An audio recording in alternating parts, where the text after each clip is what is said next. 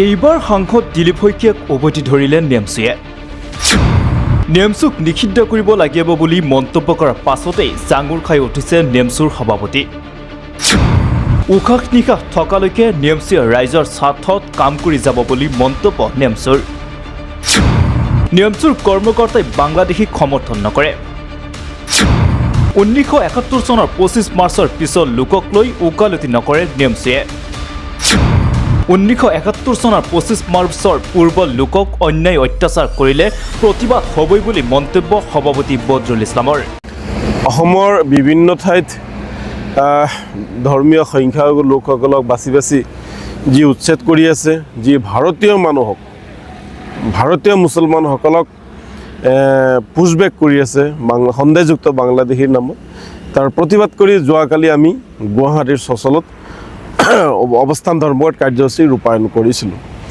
তাৰ পিছতে দেখিবলৈ পাইছোঁ আমাৰ বিজেপিৰ ৰাজ্যিক সভাপতি তথা আমাৰ দৰং ওদালগুৰিৰ সাংসদ দিলীপ শইকীয়া ডাঙৰীয়াই বিভিন্ন সংবাদ মাধ্যমৰ আগত তেওঁ নেমচুক নিষিদ্ধ কৰিবলৈ কৈছে। তো তেওঁ কি কৰি থাকে কৈ থাকক, তাত আমাৰ একো ক'ব লগা নাই, তেওঁ ক'বই, সকলো মানুহে নিজৰ মন্তব্য প্ৰকাশ কৰিব।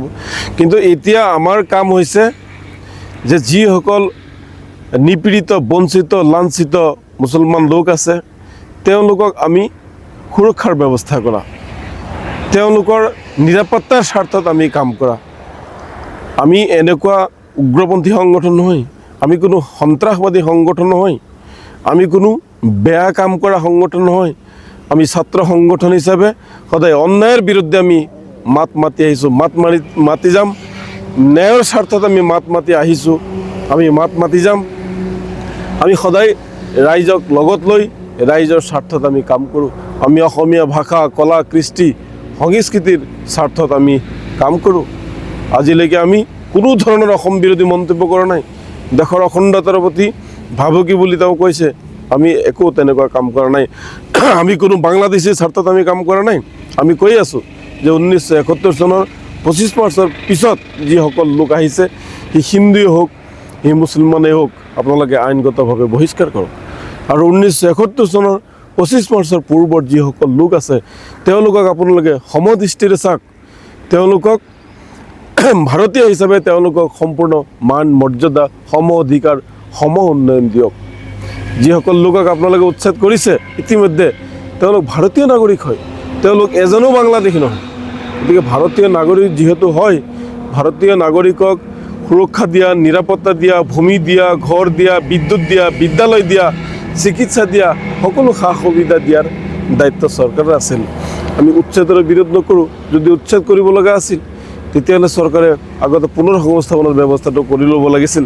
কিন্তু কি কাৰণত পুনৰ সংস্থাপন নকৰাকৈ উচ্ছেদ কৰিলে, সেইটোহে বৰ দুখজনক কথা।